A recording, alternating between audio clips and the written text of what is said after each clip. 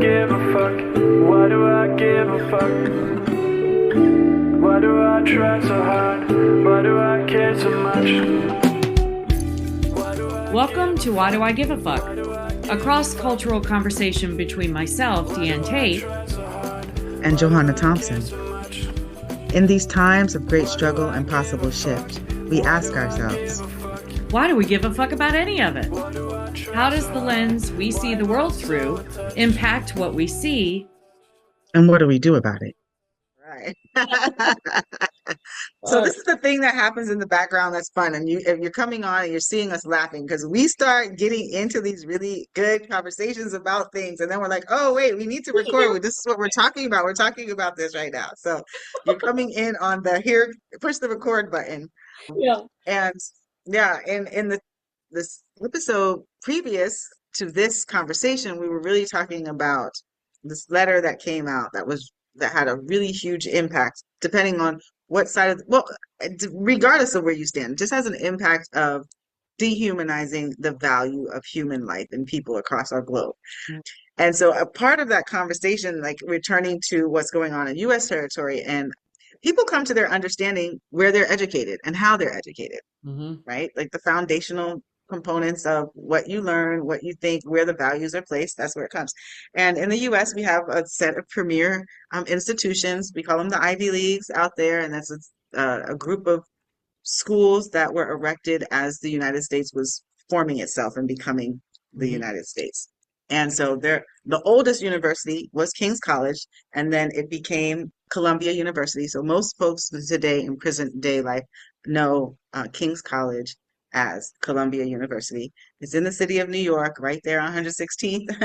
And I speak and say this, and I can speak and say this because I am alumni. I never really actually tell people that, but I'm alumni, so I am legitimate to be able to speak on this issue and to be able to speak on what it was. Yes. To be on that campus. Mm-hmm. Yeah. To be on that campus. And when I was on that campus as a young Black identified female, it was a struggle. I had a very, very difficult time. I'm happy to have the history of that education and those letters behind, because it does open doors and move people. That's the reality of what it is. But the experience that I had on that campus, and a lot of my colleagues who are well known in community had a specific experience on that campus. And there's a history of experience of things going on Columbia University campus as the oldest, educational institution. Been around in the United States. Been around. I always joke that alma mater at Columbia University is actually alma mater. So when we talk about the oldest university, we really are talking about a staple for understanding. And so you got all kinds of crazy stuff, that eugenics, that pseudoscience came out of Columbia, and all people were believing it because it came out of Columbia, and a whole bunch of things. So it is to challenge and question even the things that we believe or uphold in the highest of spaces. And right now, Columbia is having a challenge dealing with the Trump administration, and all educational institutions are having a challenge. Well, a challenge, I'm saying it's a challenge, if you want your education to be full, truthful, honest, and complete. If you don't, then there's not a challenge. But if you do, education, it actually means to bring forth knowledge rather than the way that we do education, which is kind of like programming. And at one time, I believe that Columbia might have been in the energy of bringing forth knowledge and sharing that knowledge with the world. How that's being done needs to be challenged and needs to be reflected upon, especially in this day and age when governance is trying to control what that looks like under the guise of creating safety. And when we're talking about creating safety, my hope is that, again, we go back to the ecosystem of care, that we're trying to create safety for all people. And not just certain folks, but all people. And what does that look like? And we need to have a lot of conversations to be able to do that. So thank you, Diane, for bringing this to the forefront and offering the challenge and saying, okay, as alumni, let's talk about what's going on. We based this off of an Instagram post that I found that was posted by Professor Catherine Franke. She's a retired professor from the School of Law at Columbia. And she was talking about an agreement that Columbia had come to with the federal government that would essentially make them a subsidiary. Her word was subsidiary of the federal government in terms of our U.S. government having oversight on who Columbia, accepts into their programs, what they teach, what is allowed to be spoken about, what is allowed to be protested about, all of the things. And we know that Columbia has been at the forefront with pro-Palestinian encampments. They were, I think, one of the first student bodies that created an encampment on their university campus, and Columbia failed to support and protect their pro-Palestinian students and called the New York Police Department on their encampments, and their students were brutalized by the New York police on several occasions as the encampments were being taken out. And I know when we were talking about this, Jay, you went and looked at your most recent email of around the Yeah. time that Uh-huh. this retired professor posted this video. I'd be curious to say, because you read the email to me, and I thought it was really interesting. Some of the statements that were made in the email seemed to point directly to which part of their student body they were so fervently trying to protect. So I'm curious Okay. what you thought So there. one of the things that I was saying is that I haven't been on Columbia campus in decades. I'm going to say that, but not tell you how many. Yeah, got to keep that clear. We don't need to know Gotta how keep many. that, Okay, that doesn't, it was a while um, ago. not so long. You were fine. Um, No. eh, one of the things that I can say in my experience, I love to speak from centering my space, is that when I was there at Columbia, we used to joke around, and I don't really know the statistical demographics, but it was extremely high that most people were people of Jewish faith. I would say in the 90 percentile of Okay. folks that were are part of the student body when I was there. It's about 90 percentile of folks of Jewish faith and belief.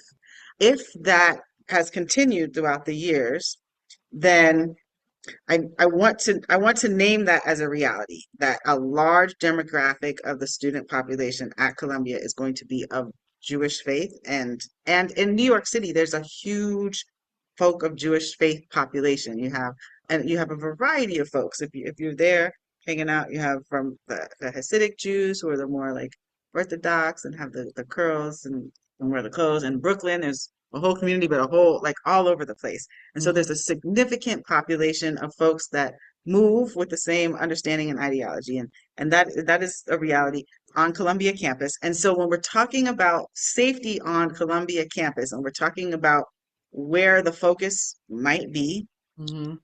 it does make sense that with a large population of folks, that it then the science, the research, it's a research and teaching institution. The science and the research that's the demographic of people that you're going to be dealing with, because Right. that's the largest part of the population. So I wanted to name that.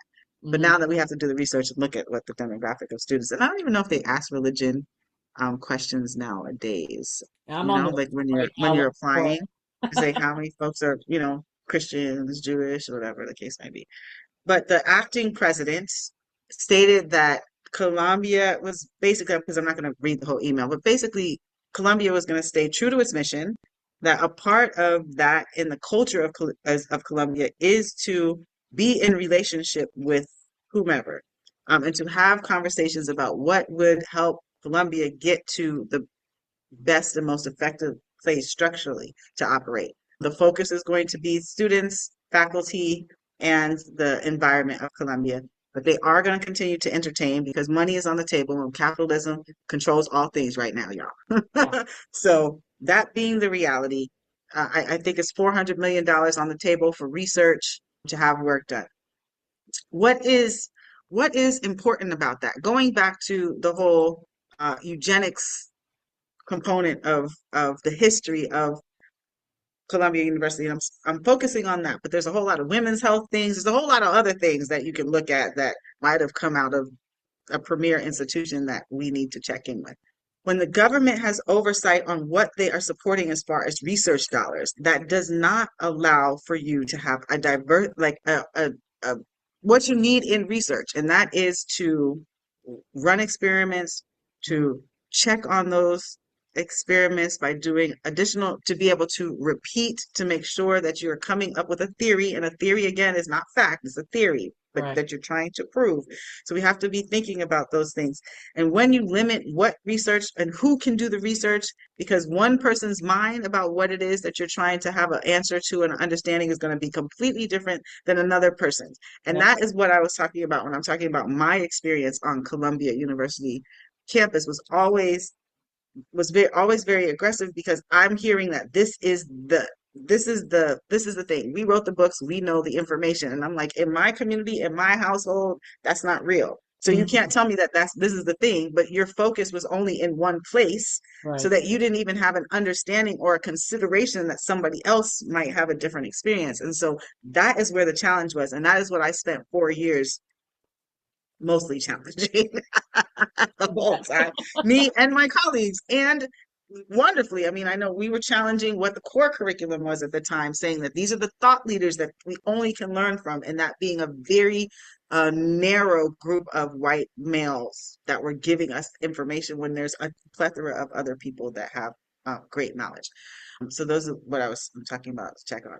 But yeah, so Columbia is at this space, and most institutions, most education in the United States is really at this place where, are we going to continue with the history of what we were doing, or are we going to really turn education into what it should be? And that is to bring forth knowledge, and to bring forth knowledge from a huge diversity of people, so that from there, and AI is helping us to do that. So I appreciate AI being able to aggregate a larger amount of data. Again, we got to make sure that that data is diverse and like kind of equitably, equally parsed out, so that we are getting the Yeah. most true, that less than 5% error in research.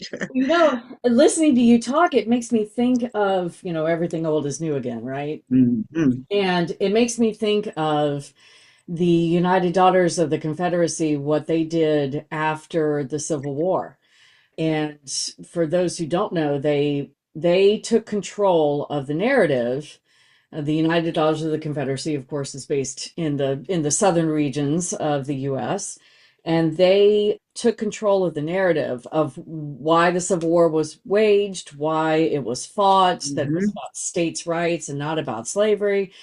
And they infiltrated the Education. information that got put into the textbooks. The textbooks were being created in Texas and still are to this day. And they infiltrated the people that were writing the textbooks and made sure that the textbooks reflected this new narrative.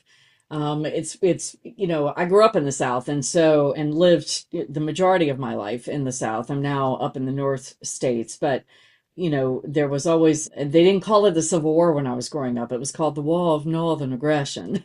Mhm. So just Mhm. that difference, not Yeah. calling it the Civil War, but calling it the War of Northern Aggression is a Mhm. narrative shift. And Absolutely. so that's what the UDC purposely did after the Civil War. And so me and you and everybody else that might be listening to the sound of my voice, and even generations before that, were taught a specific narrative about what led up to the Civil War, what happened during it, and what happened after, during Reconstruction and beyond. They call it something like, there's actually a name for having shifted the narrative of the South, to kind of The Lost glorify it. Cause. Yes, there it is. Yeah, There it is. The yeah, lost cause yeah. narrative. That is. Thank you. And that's why so many Southerners, and that's why there are narratives and thoughts and jokes and all kinds of things around the South, never thinking that we lost, because they literally changed the story about how it went down. And so when, coming back to our original topic for today's episode of why do we give a fuck about what's happening on Columbia campus and many other universities across this U.S. territory, we give a fuck because we've done this before. This Done country it. has done this before, and probably more so even than the UDC and the textbooks, in terms of the narrative that we created after we stole this land from the indigenous. When my ancestors came over here and colonized this land, the narratives that we change. I mean, the story about Thanksgiving, the pilgrims and the indigenous, the Indians coming together and loving each other, and all of that is bullshit. And so, All of it. so we've done this since the beginning of this country, since the beginning of our occupation here on Turtle Island. And so that's why we should care about this. That's why we give a fuck about what's happening now, because it's happening Absolutely. right in front of our faces, just as even maybe more so. I actually give a little less, I give more responsibility to those of us now who are living in this time, because back after the Civil War, when the UDC did it, we didn't have the internet. We didn't have the global connection. We Absolutely. didn't have the only way you learned about something was years after it had happened often, because word just didn't travel fast enough. And so I kind of get how they were able in the shadows to infiltrate and do what they Do did it. without anybody really like being the wiser. But now there is no excuse. We are There's watching. no excuse. And and it's being challenged differently, right? Because Yeah. every time something comes up, the actual truth of the matter, when you talk about the lost cause, and you're talking about changing the narrative, that also brings up a more current event that happened. There was one of the antebellum houses, one of the last standing Yes. antebellum houses that In burned down Louisiana, in burned down to the ground. down, down to the ground in was it in Indiana? Where was Louisiana. it? Louisiana. Louisiana. Okay. Yeah. And there's this smile, like, okay, like it's burned down to the ground. The And ancestors are I working. that was what my initial reaction was, like, yes, man, like I'm so glad this burned down. And folks were doing the rejoicing and all of that. Uh-huh. And then it hit me that that burning down means that we've lost yet another reminder and representation of Mm. the horrors that were occurring. Mm-hmm. And to have those places still erected as a part of our heritage, and the truth of the storytelling of them makes it more real and more tangible. So we lose a history, and now there is a different story and a different narrative when all of those stories are wiped out, or when those stories are never told, that actually gets to move forward. Mm-hmm. There is something about like Egypt and the entire world saying that we got most of our stuff out of Greece and Western civilization. Right. But when you go to Egypt, and when you look at the structures and you read the wall, if you can pay attention to the hieroglyphs and really understand the pictures, I mean, it's pictures, so you can understand them. Um, when you go and do that, there is and then there's also places in Egypt, I always go back to this, where the temples, where there was a story that was being told, and then whoever came and conquered, kind of, they did a sheet over that and then told a different story. So that Yeah. you wiped out what the history was. Um, and I'm very concerned about that on US territory. That if we do not have the relics, if we do not have the things that remind us of what was happening and is wiped out, then they will change the story. They Mm-hmm. will talk about complacent, happy slaves on a plantation, because we don't hear any of the stories about all of the millions of slave revolts that happened, the Yeah. millions of folks that Right. were Right. murdered in their Right. houses because Right. they were tired of being abused and oppressed. And then Right. you don't hear a fight back. So then the narrative becomes, oh, this They is a must have been people that happy. This is will fighting back. allow this. Or you don't hear the fight back of all of the indigenous people in the United States that were like, I mean, you see the stories of cowboys and Indians, but you don't hear the people stories of the indigenous folks talking about their great grandparents, because it's only three generations I back, know. their Well, great grandparents. Do you know what I mean? yeah. Struggling and fighting against violence and oppression. Or if in right now, Congo, in Palestine, if there is no replica, if there is no library, if there is no structure that is standing that speaks to the folks that have been holocausted, genocide Mm-hmm. out of those spaces, then those who are in power get to then tell the narrative. And Right. that's what I fear, and that's what I have us to take. Like, there's a rejoicing on, oh, okay, it burned down to the ground, but it also is a, we need to make sure that we are holding that history and never forgetting that history, so that we don't repeat that history, which is what we're doing. I Those completely, narratives were shifted yeah, before. I completely agree and appreciate that reflection. I will say that, Whitney Plantation, which is also in Louisiana, Hmm. is one of the few plantations that, forced labor camps that has the family that owns it now erected bronze statues, life-size Mm. statues to the story to depict the stories of what happened on those grounds. Love And it. it is, I haven't been, it's on my bucket list. Hmm. And so the plantation that burned down in Louisiana a couple of weeks ago was one of those typical antebellum, uplifting the antebellum industrial complex kind of story.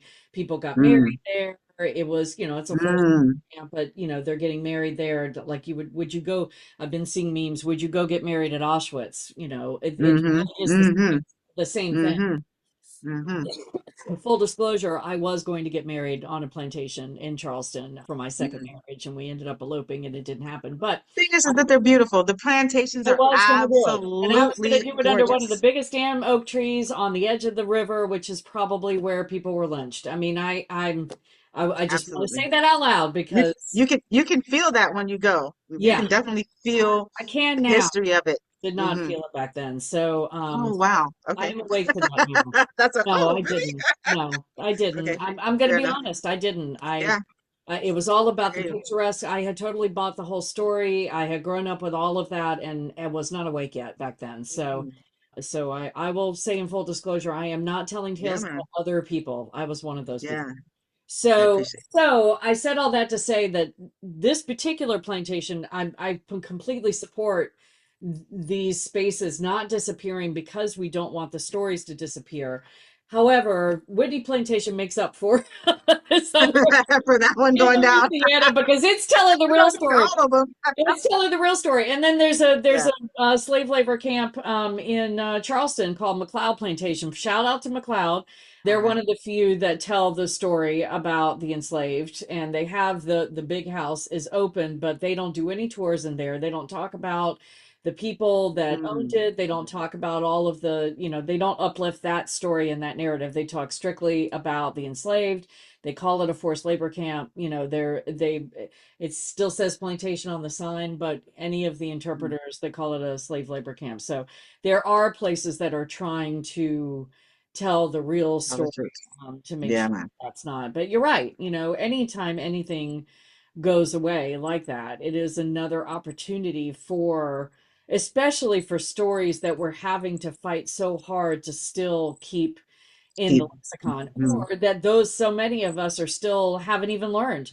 The Legacy Absolutely. Museum, I want to do another shout out. The Legacy Museum in Yeah. Montgomery, Alabama, and the Peace and Justice Memorial just outside of Montgomery that Brian Stevenson did. Hmm. I went and visited those a couple of years ago. Ironically, I was there on the weekend that October 7th happened Mm. 2 years ago. And that's another place that's really working to keep those stories, To the keep the real stories storytelling. and the real Yeah, names man. and the names of the oppressed and the enslaved alive and keeping the stories that the museum. Have you been to the Legacy Museum? I haven't actually gone there. I was a part of a project where they're, trying to erect monuments where lynching has Hmm. occurred. So I've Yeah, been a part of like the extension work gotcha. that they're doing, which is really, really important because Yeah, in Florida I think had one of the highest lynching rates. So that you can't mark it no, every mile, but no, but it is to remember and to hear those stories so that then we could hopefully work on not repeating them. I don't know what that looks like in today's day and age where we do have what we were talking to in regards to Colombia. We yeah, do have governance, and this is why it's so dangerous, where you do have governance, legal precedent being set that is saying that you cannot share and tell these stories. DEI, you cannot have a discussion about what the impact is on or acknowledge that people have a diverse experience, right, something completely different than what you've experienced that we need to talk about so that we can see what the impact of those experiences are. Because when we do that, we are elevating ourselves as humanity, right? right. To eliminate the things that are harmful, that keep us down, that keep us from progressing. I always talk about that in the United States because you had so much racism and prejudice and all of that, the folks who were actually having the knowledge to move things forward, you were saying don't matter. And imagine if they did matter and had the resources, how much far further advanced we would be if we used indigenous technology for our food sourcing, for our health, for our bodies, for our medical care. If we actually use these things and have them as a part of our lexicon of knowledge, we would be so much more advanced. And technology is causing a challenge with that, because even though this narrative is happening, you got young people that are online and saying, I learned this today in school, but this is what I know because, Right. I Yeah. saw something on my algorithm that gives a different perspective. And I'm actually much more interested in this perspective and hearing from these folks. And I love that. I love that about how we're advancing and being able to really challenge these things different from what happened in the past. That's speaking into what you were talking about earlier. Well, I loved your point about the difference between the development of thought and the furthering of thought versus the programming. You know, Mhm. the Yes.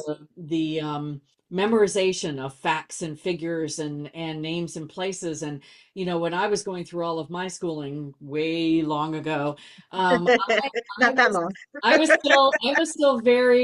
still very propagandized. I did Mhm. not understand the concept of narrative and who was telling the story, and that if it's coming through the lens of the winner, then how much are we not hearing about the Yes. people that were destroyed and in whatever conflict we were learning about. And so if I went through, I used to teach this to my daughter. I think I've mentioned this before, when she was little, and she would watch commercials.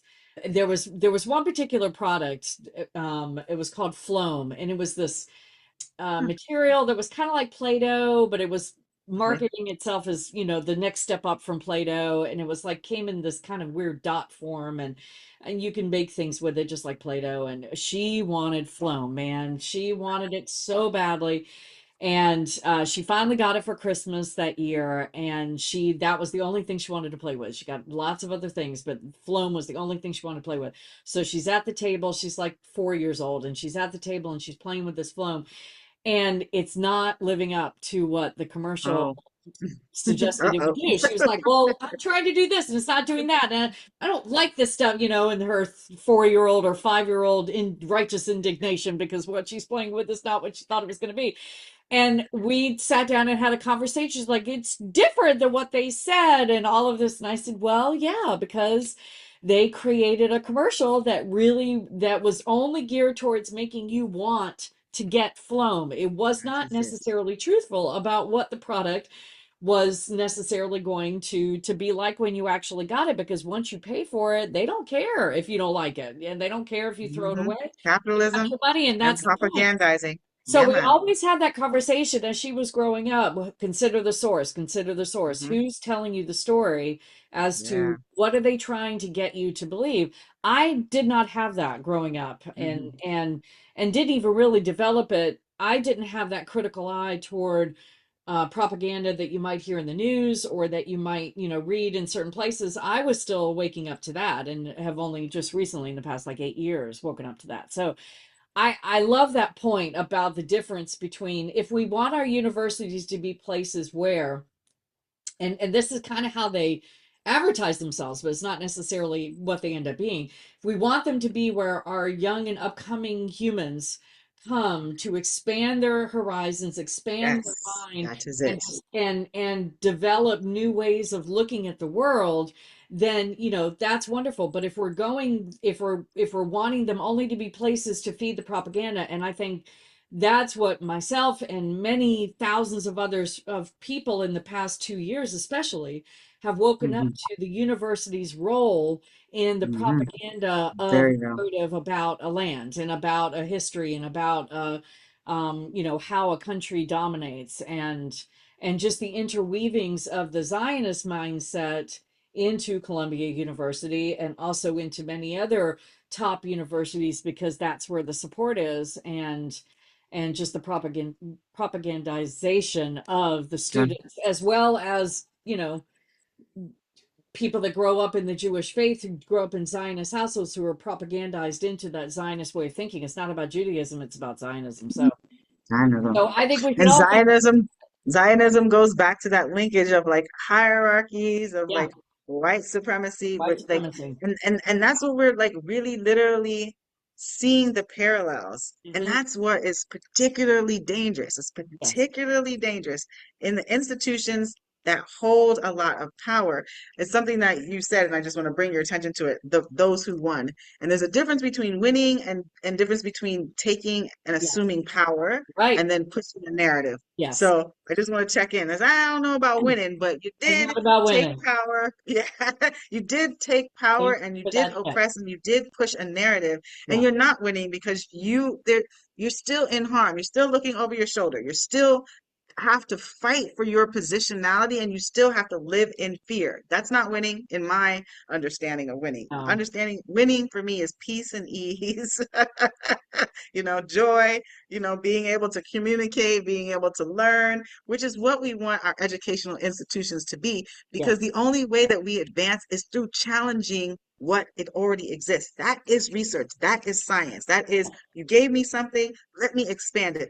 And I expand it by challenging it. I repeat it, but I also add like other components of it to see exactly how it's going to shift and move. And if we're thinking about things scientifically, if we're doing it from the most effective and intelligent way to go around gathering knowledge, then we're not doing it in a way where we're limiting our understanding and we're limiting what we have resource to do and to explore. Yeah. Thank you for that check. I appreciate that because you're right. That would have been the mindset of the narrative that we won and they lost. But you're right. It is not, that is not. So I appreciate that check. You're And right. a nice gentle way of doing it. Yes, you had a lovely way of doing it. Thank you, my friend. Why do I give a fuck? Why do Thanks for I joining give a us. fuck? Until next time, Why as you do I move try throughout so your day, hard? continue to ask yourself, Why do I give a Why Do I Give a Fuck Fuck is produced in collaboration with Johanna and Diane. Music by Norwegian musician Water. See you next time. Why do I